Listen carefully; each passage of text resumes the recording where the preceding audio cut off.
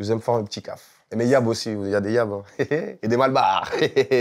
Savourez votre interview pimentée avec le Crazy Spicy, le nouveau burger qui poique chez McDo Réunion. Piment Cabri. Oh, la chaîne qui poique.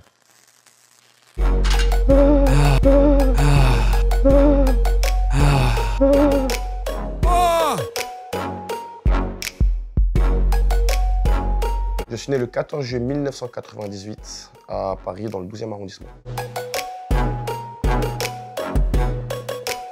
Alors j'ai commencé comme un élève un peu malin qui travaillait pas beaucoup mais qui avait toujours des bonnes notes. J'arrivais à trouver les bons filons. Et puis après, la vie m'a vite rattrapé et j'étais très vite au fond de la classe parce que je comprenais rien et j'avais pas la bonne méthodologie de travail.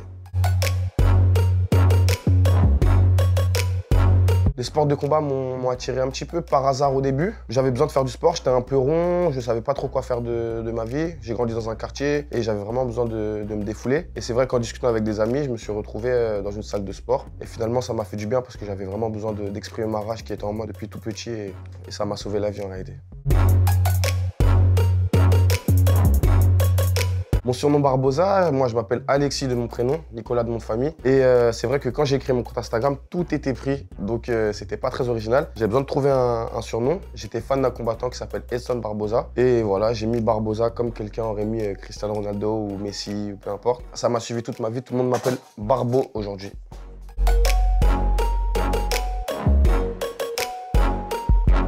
Alors, La Réunion, c'est ma première fois et je pense pas que ça soit la dernière. J'aime beaucoup, hein. À La Réunion, franchement, tout est bon. Tout est bon sans exception.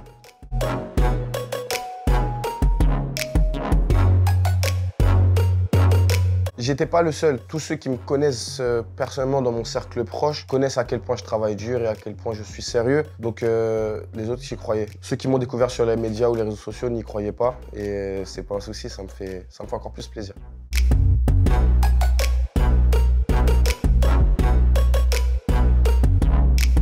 La prochaine étape, ça va être de défendre cette ceinture. Comme je disais juste avant, c'est facile d'être champion entre guillemets, entre gros guillemets même, c'est beaucoup de travail. Mais c'est encore plus dur de rester champion. Donc maintenant qu'il y a cette ceinture que j'ai ramenée à La Réunion, c'est important que je puisse la ramener encore de nombreuses années.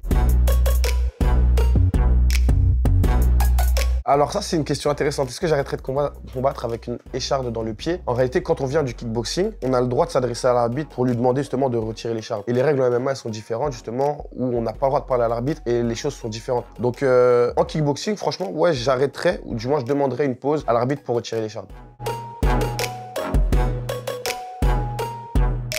Pourquoi je me définis comme champion du peuple? C'est assez simple, regardez, je suis champion du monde aujourd'hui et ça me tenait à cœur de venir rendre visite aux jeunes, à tous les gens qui me suivent et j'ai envie de faire passer un message de rêve, de détermination et c'est pour ça un petit peu que je me définis comme ça. Ma ceinture, c'est un objet à la base, mais elle définit beaucoup plus de choses que ça, elle définit le travail et la possibilité de rêver. Donc c'est un petit peu pour ça que je suis champion du peuple.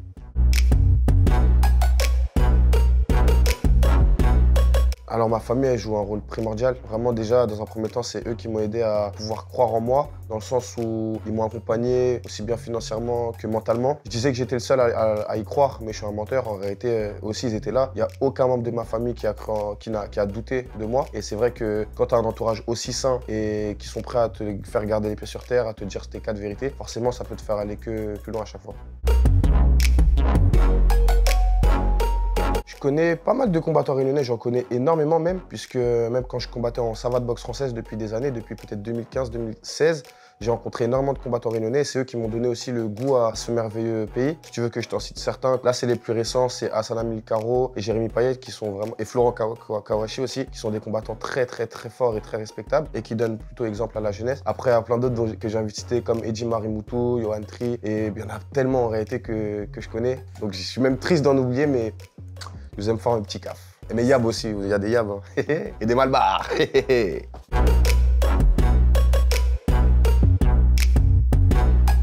Moi, je pense que la réponse est assez simple. Je serais un grand lion, un bon lion et prêt à dévorer sa proie.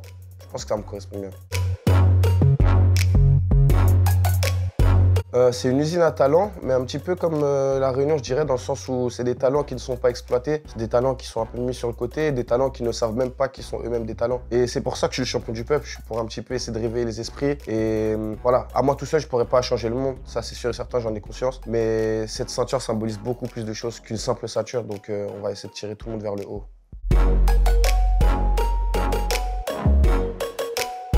Les jeunes qui grandissent dans la violence, c'est à la fois une grosse tristesse, mais c'est aussi une force, à savoir que je fais partie de ces jeunes-là qui ont vécu dans une violence physique, mais aussi une violence morale et psychologique. Combattez ça par le sourire. N'hésitez pas à vous entourer de personnes saines. Enfin, je vous souhaite en tout cas de trouver des personnes saines. Et soyez forts, ça va le faire. Le bon attire le bon et c'est qu'une question de temps pour que vous puissiez avoir votre revanche sur cette vie. Il est très pimenté, c'est deux peuples qui ont dû combattre pour gagner leur indépendance. Donc c'est des peuples qui me rendent très fier. Et c'est vraiment mes origines qui font ce que je suis aujourd'hui. Donc j'ai hâte de pouvoir découvrir chacun de ces deux merveilleux pays et je suis trop heureux d'avoir ça dans mon sang. Avant un combat, mon rituel, il est plutôt simple. Je me réveille, j'ai super bien dormi. Qu'est-ce qui se passe après? Donc je prends une bonne douche, je prépare mon sac le jour même. Moi, je suis un mec de la dernière minute. Je prépare mon sac, je mange sainement, j'essaie de manger sainement, je regarde un petit film. Et voilà, moi, je sais que le combat, il est le soir, mais je sais que je me suis bien entraîné aussi. Donc j'ai hâte de me bagarrer. C'est bizarre, non?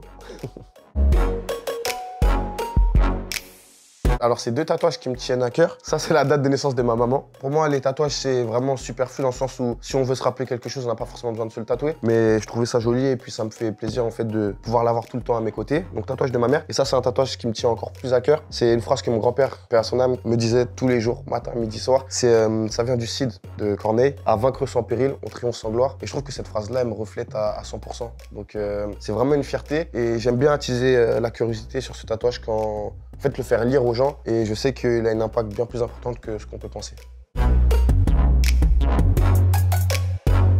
Franchement, j'aimerais vraiment qu'on me souhaite de rester ce que je suis, avec les valeurs que j'ai, avec cette notion du partage et voilà, que du bon, que je puisse continuer à rencontrer de merveilleuses personnes, voyager et assurer mon avenir au mieux pour pouvoir passer mes messages comme je le veux de la meilleure des façons.